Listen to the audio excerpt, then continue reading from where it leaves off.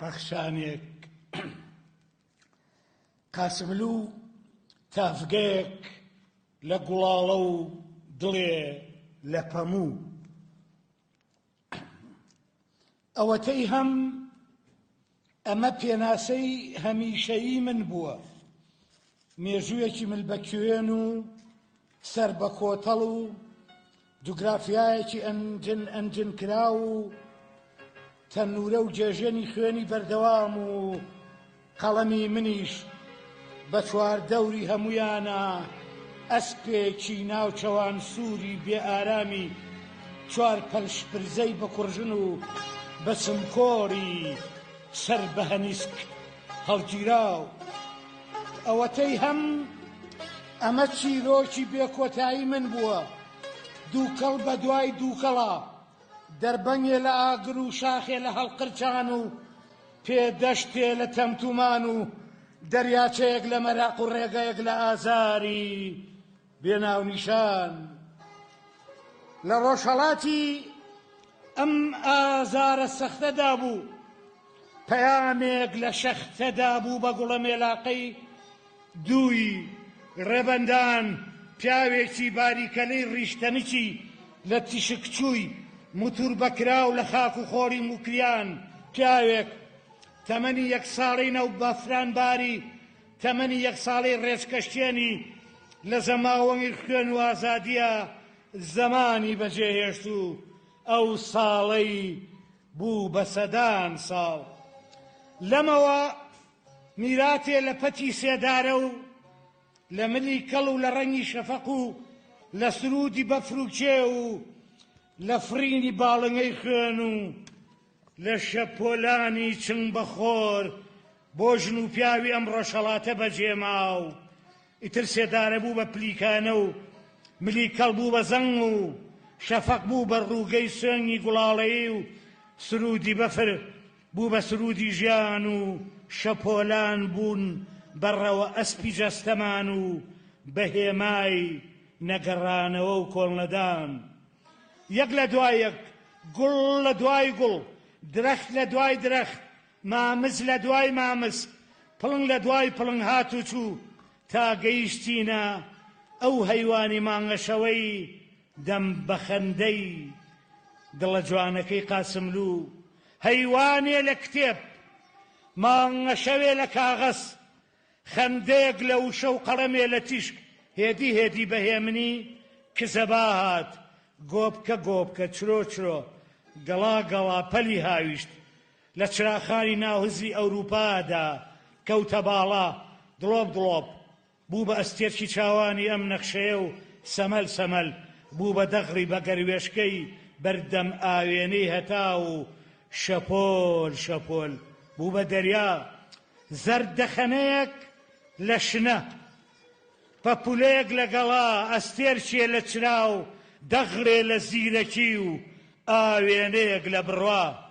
بەنووشی قەڵەم کەوتە هەڵکۆڕینی مێژوویەکی ناو بەردەڵان، هەڵکۆڕین لە تاریشیە، هەڵکۆڕین بە چاو، هەڵکۆڕین لە ئازارە، هەڵکۆڕین بە وشە، هەڵکۆڕین و هەڵکۆڕین تا گەیشتە ڕێگەکانی دڵی مێژوو، ڕۆحی مێژوو، جەستەی مێژوو، تا گەیشتە بنی سۆنگە، تا گەیشتە بنی ڕوودا و کارەسات، بنی ژان و بنی خەمی هەرە قوڵی ئەم گەلە، سووربوونێ لە پەنگر، توانایەک لە زریان، بەردەوام بوونێ لە ئاو و خۆرەتا و ساماڵێک لە عەقڵ و زرنجیەک لە گزنگی دەمبەیان. قاسملوو پەیژە بە پەیژەوە، ئەستێرە لەسەر ئەستێرە، تافگە بە تافگەوە، کتێب لەسەر کتێب، قەڵەم بە قەڵەمەوە، ڕستە لەسەر ڕستە، ئاواز بە ئاوازەوە، چریکە لەسەر چریکە، بۆ هەڵگەڕان و سەرکەوتن بە دیواری شەوە زەنگە، پەیژەیەک لە پەیام، ئەستێرەیەک لە ڕێبەر، تافگەیەک لە بەژن و قەڵەمێک لە خۆرستان. قاسملوو ئەو لە ناو هەموو شتە جوانەکانە ئەتبینێەوە، لە ڕێزەی بارانە باڵای، لە بۆنی باخانە قژی، لە لاسچی گژ و جادا پەنجەی، لە تاموچێژی ناو ڕۆحا قسەی. تۆ ئەگەر ناوی گوڵەکانی بژماردایە ئەو ناوی ڕەنگەکانی بۆ تەواوە کردی. تۆ ئەگەر باسی ڕووبارێ پتردایە ئەو ئاوی سەرچاوە و هاژە هاژی بۆ باسە کردی. تۆ ئەگەر بدوتایە ئەم شەرابە چەند ئاڵە ئەو ڕۆژی لە دایکبوونی پێ ئەوتی. تۆ ئەگەر بدوتایە ئەم هاوارە چەند قووە ئەو ناوی یەک بە یەکی زامەکانی پێ ئەوتی.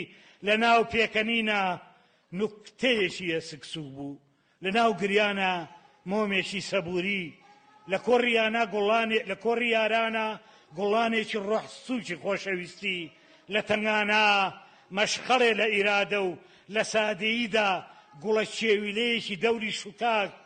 ئەو عاشقی موزیک بوو وەک عاشقی نێوان قاسپە و کەش. ئەو عاشقی شەعر بوو وەک عاشقی نێوان مانگەشە و هەست. ئەو عاشقی ئازادی بوو وەک عاشقی نێوان قوربانی و سمبولی ئەرس.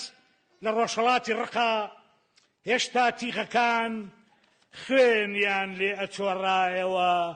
ئەو وتی لێبوردن لە ململانەی تۆڵە و چینەدا هێشتا بۆسەکان لە گەرمەی ڕاوکردن نابوون. ئەو وتی گفتوگۆکردن لە دنیای قەلاچۆکردنی نێوان پەیامەکانە. ئەو بەر لە هەمووان وتی پێکەوە هەڵکردن و لە ناو بیر و باوەڕی داخراوی ئەو پەرگیریدا لە سەردەمی دەرگا داخراوەکانی دنیادا لە ڕۆژگاری چوونەوە ناو قاوغی گۆشەگیریدا لە وەرزی چەقبەستن و یەکڕەنگیدا.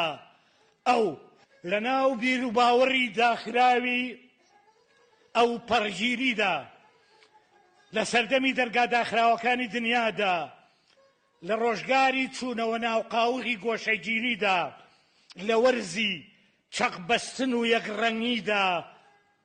ئەو بەر لە هەمووان وتی کرانەوە و هەمەڕەنگی و ڕێگای گۆڕان. قاسملوو هزرێک لە ئاوێنەی بەرهەتاو. ئەو ئاوێنەیەش لە خۆشەویستی خەڵکی، ئەو خۆشەویستیەش لە پەیفی ئازادی و ئازادیش لە جەستەی شەهیدان. قاسملوو پیاوێک لە پەنجەرەی گوڵهەنار لە نواڵەی سنگی قازی و سنگی قازی لە سنگی سابڵاخ و ئەو سنگەیش لە سنگی نیشتیمان. ڕۆژ لەگەڵ ئایندەدا هات و ڕۆژ لەگەڵ مەرشی عاشقانە ڕۆیشت و ڤیەن ویزگەیەک بۆ خەباتی سپی، ویزگەیەک بۆ گرێدانی لولەی چەک، پشوویەک لە نێوان قوربانی و تابوتەکانە، هەوڵێک بۆ گرتنەوەی لووزەوی خوێن، بۆ کەمکردنەوەی ژمارەی بێوەژنەکان، بۆ زۆرکردنی ژمارەی مناڵەکان، بۆ پچووکردنەوەی گۆڕستانەکان، بۆ گەورەکردنی باخچەکان. ڤیەن لەم بەرەوە گمەگم و لەو بەرەوە چەند چەقۆیەک، لەم بەرەوە ئەسپێک و دوو جوانویتر و لەو بەرەوە چەند شمشێرێک، لەم بەرەوە سێ باڵی گۆرانی و لەو بەرەوە چەند مەقەستێک، لەم بەرەوە سێ درەخت و لەو بەریشەوە سێ تەور. ڤیەن عەبدوڵڵا قادری ئازەر بەفرێکی لوتکەی مانگ بەسەر، ڕووبارێ لە هەڕەتی هاژە هاژە، سرودێکی سوور لە گلڤەگڤی دەور و زەمانە. عەبدوڵڵا قادری ئازەر گەنجێک لە شێوەی گوڵعەتی تێکەڵ بە مۆرد و پاریسی بۆن خۆشتر کردبوو. یاقوتێ بە گردنی شەوێکی سپێوە کەناری سینی جیریوەدار کردبوو. دکتۆر فازیل جوانوویەکی شینی چوار بەفرین یاڵ نارنجی، حیلەی لە حیلەی ڕەشەبای سلێمانی و سەر و کەلەی لە ڕەوەزی پیرەمەگرون و ڕێگەی غاری ئەرخەوانی. ڤیەن لە ڕۆژێکی شومە، لە ژوورێکی شومە، لە مێژوویەکی شومە. ڤیەن ئەمان دەموچاو و دڵیان وەک یەک، دەموچاو کۆتر و دڵی شەرکۆتر. ئەوان دەموچاو بە دەمامکی زەردەخەنە و بەڵام دڵیان پڕ لە ژەهر. هەردوو لا بە گوڵەوە هاتوون. ئەمان لەگەڵ گوڵا پەپولەشیان هێناوە، پەپولە ئەوانیش لەگەڵ گوڵا چەقۆیان ڕواند بوو، چەقۆ. ئەمان هەرسێکیان لە کەژاوەیەکی سپیدان و کەژاوەکەش لە دڵی مناڵ، لە دڵی ئاو، لە دڵی باخچەیەکێ. ئەوانیش لە ناو شەوی جبەیەکدان و جبەکەیش لە دڵی دەیناسوور و دڵی خومپارە و لە دڵی مردنەچێ.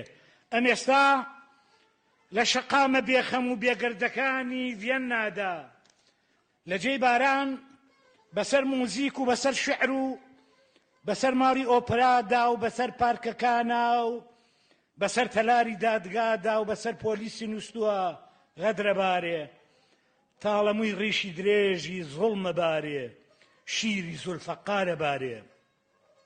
لە ڤێننادا غەدر چۆڕا و گەیە غەدر لە پلوسکی نهۆمی بەرزونزمەوە بەدەم لاوچێکی تازەی ئەم کۆتەڵە ناوەختەوە جۆگە جۆکە دێتە خوارێ. ئەم ئێستاکە ئەسپی سپی هەموو جەستەی شەڵاری غەدرێکی سوورە و بە تەنها هەر سەروملی بە سپێتی ماونەتەوە. هەردوو جوان و لە سەوزەکەیش بوون بە دوو دار بەڵاڵوکی سوور و پاڵ کەوتون و تەنها چڵە پۆپی ملیان بە سەوزێتی ماونەتەوە. حەیران حەیرانێ، ئەسرین ڕێزانێ، بابانوێرانێ، غەدری تارانێ، ئەمن دەمگوت برادەرینە، ئەوە نەجاری ئەوەرینە و نەهەزار، ئەنگۆ چلۆن دری خۆتان لە بەردەمی عەجەمان دادەنێن، ئەنگۆ چلۆن دەیدەنە دەست قوراپی تاران. ئەمن دەمگوت سەد حەیف و سەد خەسارێ لەوە ئەسفەسپیانەی لە وراتی غەریبانێ کەوتە نێو داوی تارانێ. حەیران حەیرانێ، ئامان ئامانێ، جەستە ڕێزانێ و بابانوێرانێ و غەدری تارانێ. لە ڤێننادا وەختێ پۆلیسی نووسوو خەبەریان بۆوە کڵاوەکانیان دزرا بوو، وەختێ قانونی نووسوو خەبەری بۆوە ترازۆکەی سەر دادگای دزرا بوو، وەختێ ترافیکی سەر شەقام خەبەریان بۆوە ماتۆر سوارەکان گڵۆپەکانیان بە ڕەنگەکانیانەوە فران بوو. لە دوای کوشتنی ڕووناکی هەموو داوای لێبوردنەیە ئەکەوێتە تاریکیەوە، لە دوای سەربڕینی هەموو وەقێ ئیتر لێخۆش بوون ئەکەوێتە ڕۆژگاری ناحەقیەوە. ئەسب کوژان قاچاقچیەکانی سەرمەرز و سنوور نەبوون، نانا، باخ کوژان تەورە نەخێنەوار و ناهەوشیارەکانی باشووری تاران نەبوون، دەغەڵ کوژان لەشکری کولە و سونەی ڕاستەقینە نەبوون، نانا، مان کوژان چەقۆکەشە بێکارەکانی دوای نیوە شەوی ژێرچوخم و کۆڵانی چۆڵ نەبوون. ئەوانە کۆمەڵێ قەڵەمی زێڕینی پیاوکوژ بوون، کۆمەڵێ ڕۆژنامەی خوێنڕێژ، کۆمەڵێ کتێبی وەحشی، کۆمەڵێ شوشەمەرەکەبی ژەهراوی، کۆمەڵێ فاکسی فاشی بوون. ئەوانە چێردە خوێنەوارەکان بوون، لە نەهەنگە هەرە ڕووناکبیرەکان بوون. ئەوانە شمشێری دوانزە عیلم و قامچی و جەڵدەی ناو کتێبخانە کۆنەکان بوون. ئەوانە دەمانچە بێدڵنەکانی ناو نامەی ماستەر و دکتۆرای ویلایەتی فەقیه بوون، بۆمبی جانتای تەوقیدکراوی دیبلۆماتە گوڵبەیە خەیچاکەت و هەمیشە دەم بە زەردەخەنەکان بوون، گورجی کەرەوید لە مل بوون. ئەو ڕموتیر و شیر و داری حەد و فەتوایانە بوون، جەگەل لە زمانی کوردی و فارسی ئەڵەمانی و ئینگلیزیشان نەزانی. ئەوانە تیغی هەژار و ژەنگاوی ئێران نەبوون، هەمویان بە ئاوی زێر زاخەودرابوونەوە و لە ئوتێلی دەئەستێرەدا دائەبەزین و چیفەکانیان لە گەوهەر و سواری ماچێنی یاقوتی نەبوون. ئەوانە نامیلکە نەرمونیان و ساویلکەکان نەبوون. ئەوانە کتێبی ئەستوری تەجلیدکراوی سەرڕەفەی ڕقی چەندین سەدە بوون. ئەوانە هەمویان ڕۆشنبیری کۆلێجی تۆڵە بوون، چەندین بڕوانامەیان لە زانکۆکانی خوێنی شەڕی ئێران و عێراق و کوردستان و ئەفغانستان و بلوچستان و تاجیکستان و مەرگستانی دنیا وەرگرت بوو. نا، ئەوانە ڕیشێکی نوێشکەری سادە نەبوون، عەمامەیەکی ئاسایی سەری منارەکان نەبوون، نا، ئەوانە ڕیشیان لە نەسلی یۆرانیۆم و ئەمامەیان ئەتۆمی بوو، کۆمەڵێ بوون لە پەڕە بە پەڕەی نەهجل بەلاغەوە تا ئەگاتە سەر پەرتووکەکانی عەلی شەریعەتی و هەتا تیوری نیوتن و تیوری ڕێژەی ئەنیشتاین و خوتپەکانی گۆبڵزیان وشە بە وشە لەبەر بوو. حکایەتی هەموو خوێنەکانیان لەبەر بوو، سووتان و قەنارە و خنکان و منجەنیق و هەموو خەریتەی فێڵێک و مێژووی درۆی هەموو جیهان و هەموو توونی بابایەکی غەدر و هەموو تاوانیان لەبەر بوو. مردن ئەڵێ بە وەفاترین دۆستی من هەرەوان بوون. ژیان ئەڵێ هەتا ئیستا لە دیرۆکی ئازاردانی من و کونکردنی جەستەما ئەوان گەورەترین ژمارەی پێوانەییان تۆمار کردووە. درۆ ئەڵێ من باوکی ڕاستەقینەی ئەوانم. ساڵ لەگەڵ بارانی ئایندەدا هات و ساڵ لەگەڵ دووکەڵی ڕابردووا چوو. ئەسپە سپیەکان، حیلە سپیەکان، غارە سپیەکان چون گەواڵە هەور و تافگەی کەفچڕێنی سپی و سرودی بەفر و چێڵگەی گوڵپەم و هاتنەوە. ئەسپە سپیەکان لەو سەری ژان و لەو پەڕی کۆست و لە قوڵایی ئەشکەنجەوە سەریان دەرهێنا و هاتنەوە. ئەوەی لە خەیاڵی شمشێرا بوو لە تراویلکەی دەشتی قوم زیاتر نەبوو. ئەسپە سپیەکان هاتنەوە، ئەم جارەیان لە سیانەوە بوون بە سێ ڕەوی سپی، سێ ڕەو لە مۆمی کافووری، سێ ڕەو لە سپینداری داگیرساو، سێ ڕەو لە باڵا ئاوێنەی هەتا و سێ ڕەو هەتا ئەمڕۆیش ئەوە تا ڕەو هەتا بێت وەک کەناری ڕووباری ئازادی درێژ درێژە بێتەوە و بێکۆتایی لە بەردەمی ڕەوی شاو لە پێشەوە قاسملوو بە جلی گوڵاڵە و بە سواری ئەسپی ڕووناکی ڕووی کردوتە تاریکی ڕۆژهەڵات و ڕابردووی بەجێ هێشتووە و مردنی بەجێ هێشتووە و ئیستا و ئایندە ئاژوێ. سپاس.